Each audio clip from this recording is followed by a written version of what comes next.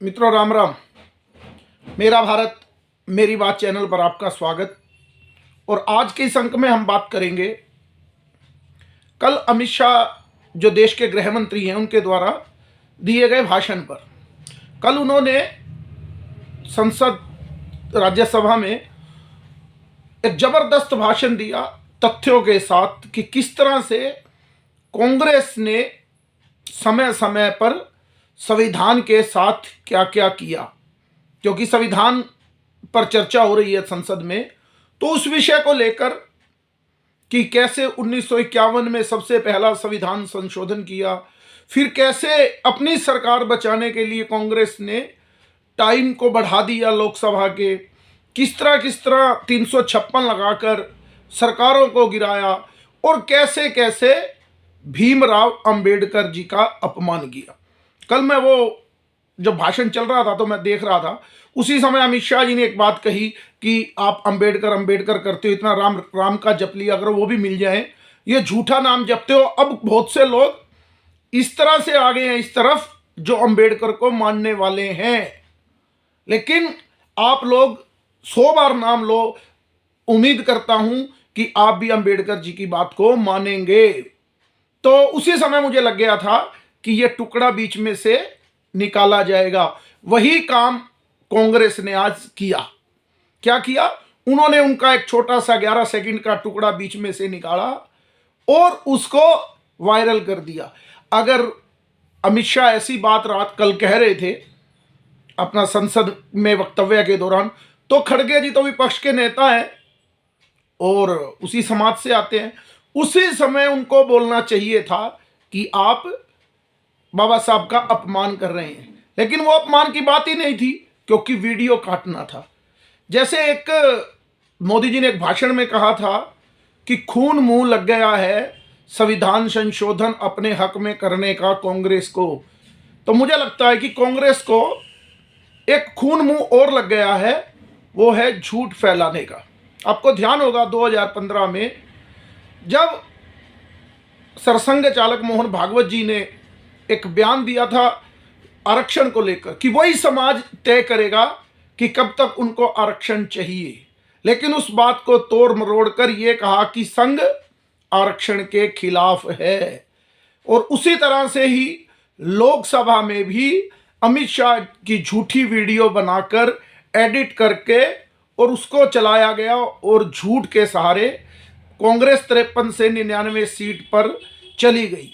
अब कांग्रेस के पास और कोई मुद्दा इस समय पूरे देश में नहीं है। कांग्रेस चारों ओर से घिरी हुई है। जॉर्ज सोरोस का मामला हो चाहे ईवीएम का मामला। अभी कल ईवीएम के मामले में अभिषेक बनर्जी जो कि ममता बनर्जी के भतीजे हैं, उन्होंने स्पष्ट कहा कि आप झूठ बोलते हो, ईवीएम में कोई गड़बड़ नहीं है क्योंकि मैं भी इतने समय से चुनाव में हूं। और उनकी खास पार्टी नेशनल कॉन्फ्रेंस के चीफ मिनिस्टर उमर अब्दुल्ला ने तो कांग्रेस की क्लास लगा दी कि आप हार से नहीं सीखते, ईवीएम की बात करते हो, जबकि ईवीएम में कोई भी कमी नहीं है। और ममता बनर्जी ये कह रही है कि राहुल गांधी के पास कोई भी क्षमता नहीं है विपक्ष के जो एक सर्वमान्य इंडी गठबंधन के नेता होने की, वो मुझे ही स्वीकार करनी पड़ेगी। यानी कि कांग्रेस की हालत विपक्ष की इंडी गठबंधन में ही खराब है, तो बाहर तो क्या हालत होगी। लेकिन अब कांग्रेस को राजीव गांधी की संतान, इंदिरा और नेहरू की संतान से लेकर अब तक का, उनको वो छोड़ नहीं सकते राहुल गांधी को, उनको उसकी गुलामी करनी है। तो एक ही बात मिली अब इसमें कि झूठ परोसो, क्योंकि मैंने कहा कि मुद्दों का तो अभाव है। जैसे ही 1 नेशन 1 इलेक्शन की बात आई तो संसद में भी वो बिल आया तो पहले ही उसको वोटिंग करा ली गई। पास होना तो उसमें क्या होगा क्या नहीं उसकी जानकारी तो अलग थी, वो पहले ही तय था कि जेपीसी में जाना है, लेकिन नहीं। जैसे वो फिलिस्तीन का भी थैला लेकर आ गई कि मुसलमानों का वोट मिल जाए। और अब अमित शाह का एक वीडियो काट कर दिखाने में और आसानी उनको होगी।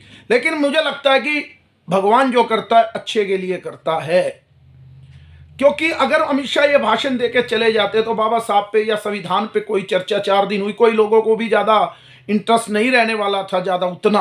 हर व्यक्ति को। लेकिन ये मामला बनने के बाद अब बाबा साहब को पहचानने का और भी ज्यादा मौका मिलेगा।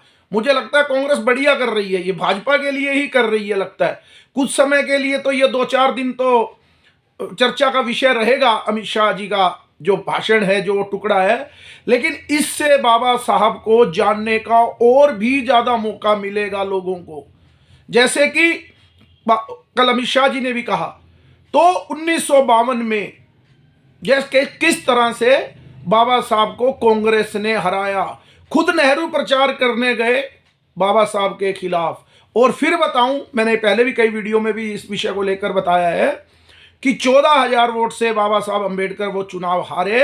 लेकिन जो आज ईवीएम की बात करते हैं, ईवीएम में आजकल एक भी वोट निरस्त नहीं होता, नोटा तो होता है पर वोट खराब नहीं गिना जाता। उसी चुनाव में कांग्रेस ने 70,000 वोटों को डिस्क्वालीफाई कर दिया था, निरस्त करवा दिया था, रद्द करवा दिया था और बाबा साहब को हराने का काम किया था।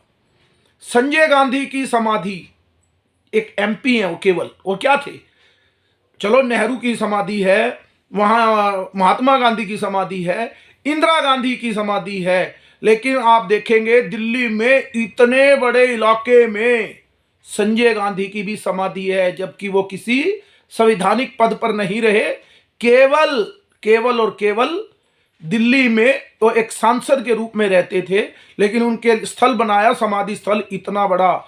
जबकि बाबा साहब की समाधि के लिए दिल्ली में स्थान भी नहीं दिया गया कांग्रेस द्वारा और उनको बॉम्बे ले जाया गया। कितनी बड़ी विडंबना है, जिन्होंने देश का संविधान लिखा उनकी दिल्ली में भी समाधि नहीं बनने दी। और तो और कभी भी उनको कोई भी अवार्ड 1990 तक नहीं लेने दिया बाबा साहब के नाम को। भारत रत्न भी भाजपा की सहयोगी सरकार जब 1990 में बनी तब बाबा साहब को क्या मिला, भारत रत्न। और उनके जो पंच तीर्थ है, जहाँ बाबा साहब पढ़े, जहाँ बाबा साहब पैदा हुए और जहाँ बाबा साहब का निर्वाण हुआ, उन पांचों को पंच तीर्थ के रूप में भारतीय जनता पार्टी नरेंद्र मोदी ने स्थापित किया और उनको पंच तीर्थ की क्या दी, उपाधि दी। लेकिन अब भाजपा दलित वोटों पर और बाबा साहब को लेकर इतना ज्यादा अग्रेसिव है, कांग्रेस के पास कुछ कहने को नहीं है। कल अमित शाह जी ने एक बड़ी अच्छी बात कही कि चैनल वालों ने, पत्रकारों ने ही जब जांच की तो वो संविधान की कॉपी भी अंदर खाली थी। उस विषय पे हम अपने वीडियो में चर्चा कर चुके हैं। लेकिन कहने का मतलब कांग्रेस इस समय पूरी तरह से मुद्दा विहीन है, तो वो झूठ का सहारा लेती है। लेकिन अब सोशल मीडिया का जमाना है, आप झूठ भी बोलते हो क्योंकि अभी कोई चुनाव नहीं है उस तरह का।